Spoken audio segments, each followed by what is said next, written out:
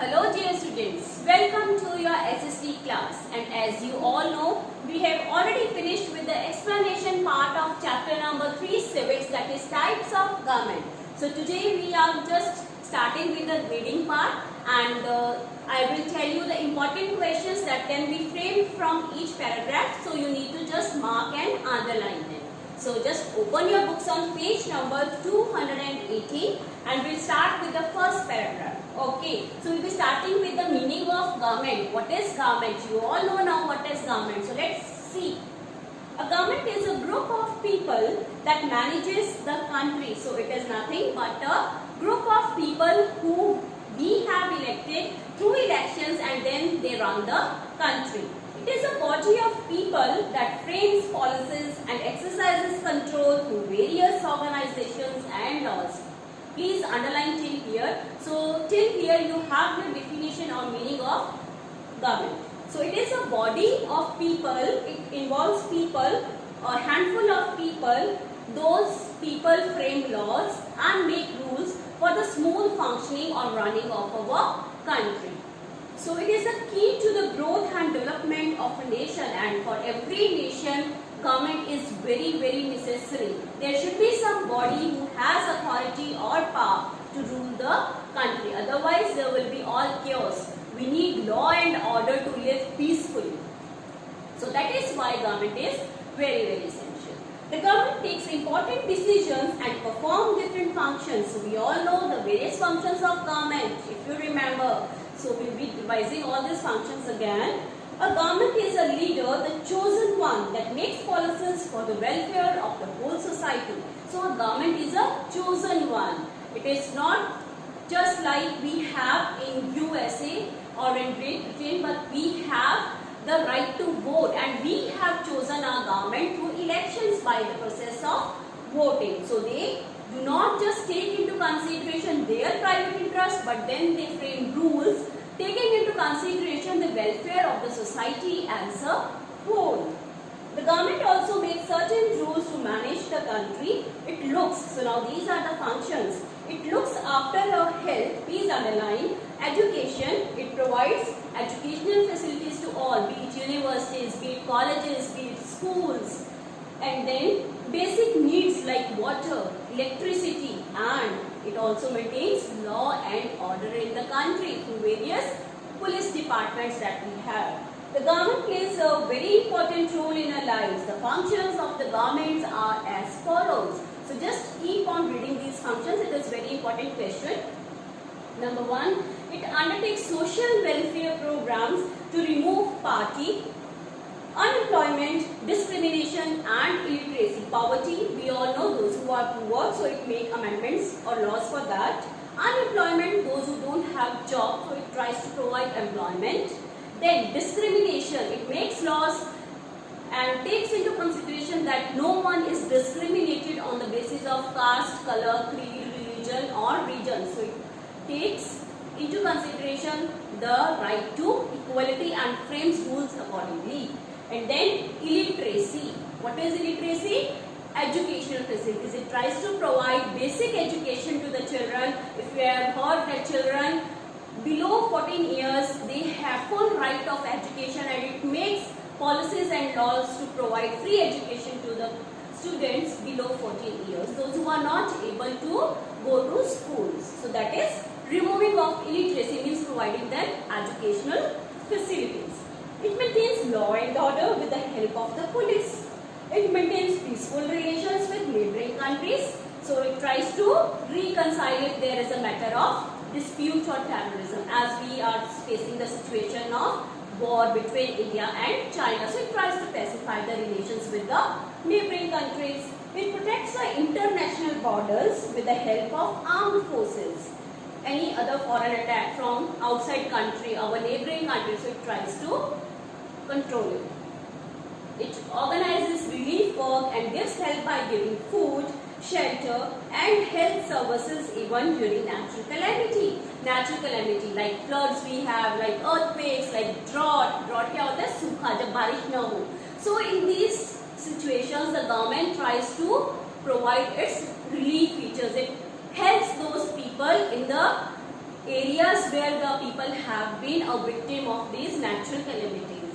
So it provides them with food, it provides them with shelter, it provides them with even money, financial help. Okay.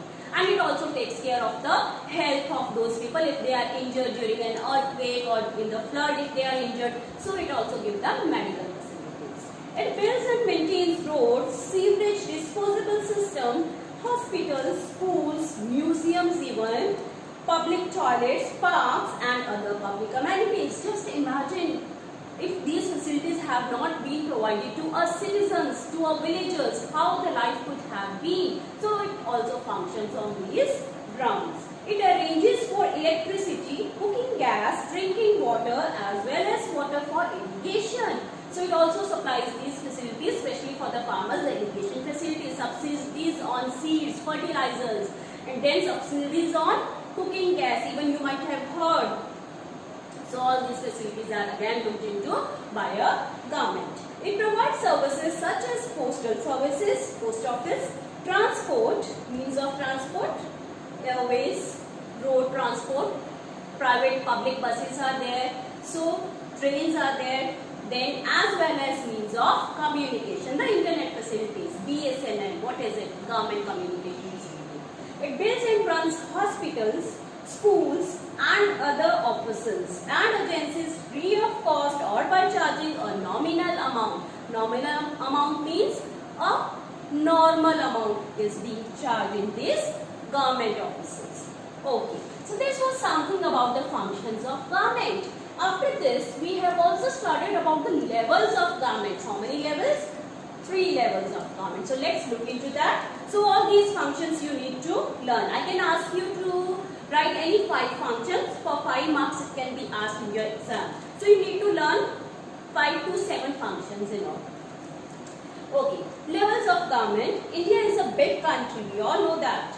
In order to function effectively all over the country, the government operates at 3 different levels and it is not easy to manage the affairs of such a big country with a population of 130 crores approximately. So, what it does? It functions under 3 levels: national level, state level and local level. At the national level, please underline this. The central government manages the affairs of the country. Who manages? The central government. The state government looks after the welfare of the particular state. So we all know, please underline, villages, towns and cities are looked after by the local self-governments to solve various issues at the lower level or at the grassroots level. So in the districts, in the towns, cities, villages, we have local self-government. Now compare and contrast. Read the statements given on the next page, identify their level and tick the correct options. The decision to provide assistance to Bangladesh. So these are some of the examples they have given you. This is your homework for today. You will do this. Just tick whose function actually it is, of local government, of state government or of central government. And tomorrow I'll ask you, we'll discuss. So this is your homework. So functions of the government. Under this they have discussed the organs of the government also. So let's move on to the organs of the government.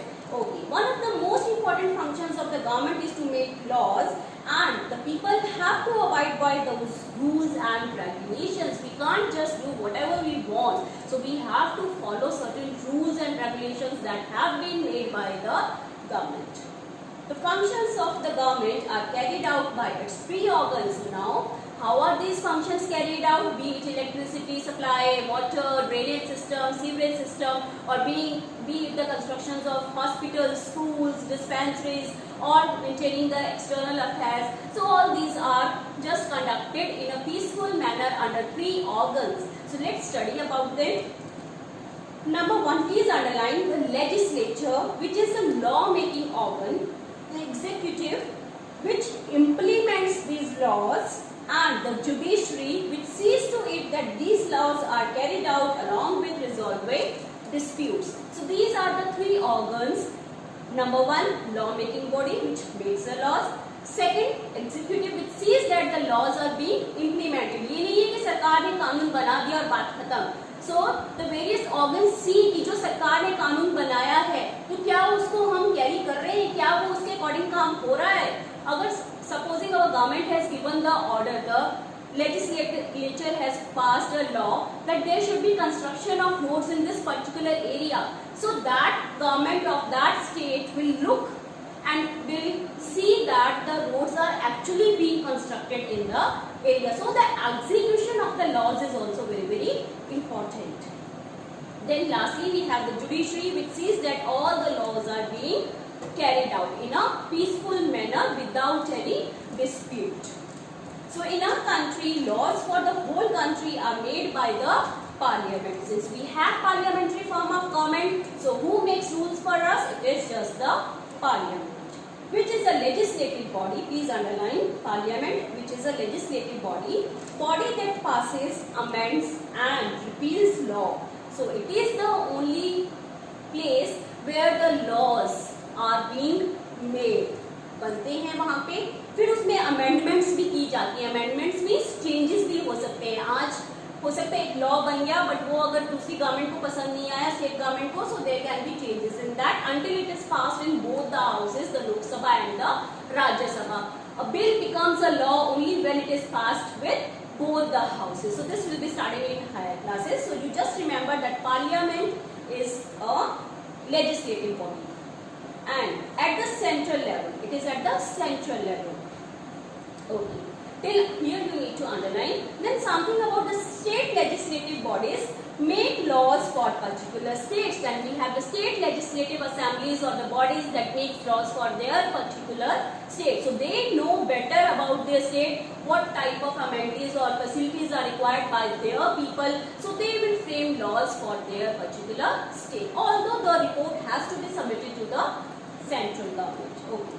For example, now see just one example they have given you.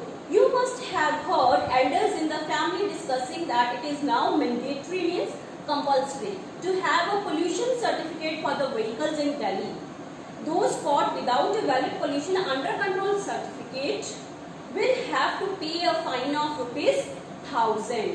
The executive or administrative branch implements the laws. The judiciary resolves disputes and ensures that the laws are followed. So this is just a repetition. So now the example says that it is a decision of that particular state that if the pollution is increasing in your state, like we take the example of New Delhi, so the state government will decide whether you want a fine of ₹1,000 or whether you don't want a fine on people, those who don't have the pollution certificate. So this way it is a decision of that particular government. And if you remember in New Delhi, when the pollution was on the rise, there was a policy or a law framed by the central government that the vehicles will be running in the state of Delhi on the alternate basis, odd and even vehicles number, if you remember. So this was again the law that was made specially for the state of Delhi by their government, looking into the problem of pollution arising in that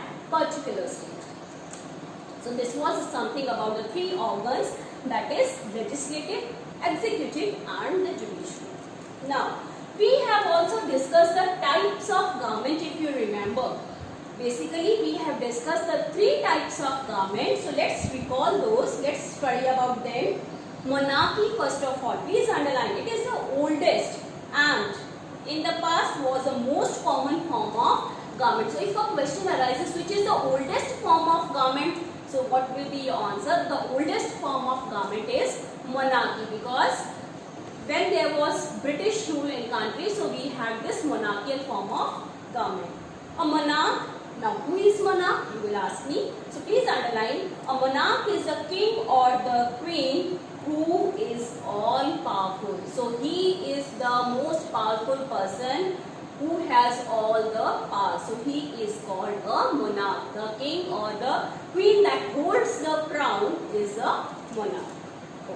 This form of government is hereditary. Hereditary, I have already told you what is it, please underline. Which means that the son or daughter inherits the throne of the king or queen after his or her retirement or death. So when the king or the queen who is holding a position, if he or she dies, then ultimately the power passes into the hands of his daughter or son. So this is what hierarchy of. The monarchs have ministers who advise them on all issues. Then they have some influential people with them, those who give them their suggestions, their advice, what laws he should or she should make. But then it is not compulsory for the king that he have to follow that advice. It is up to him whether he want to go by it or just leave that, drop that idea. Okay. But the advice of the ministers may or may not be followed. So it is not binding on the king. This shows that the will of the king or the queen is all the powerful. So please underline, it is very, very important. In the monarchical form of government, the will means uski ichha. The will of the king and the queen is very, very important. So next we have the dictatorial form of government, that is dictatorship. Let's see that. As you can see the picture of Hitler in your book. So let's see.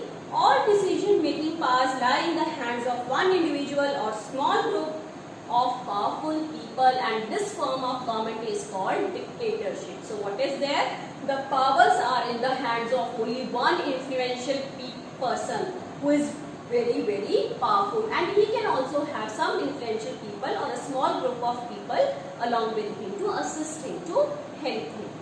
History shows that many countries had dictators or the rule of one individual and his small group of supporters, means assistants.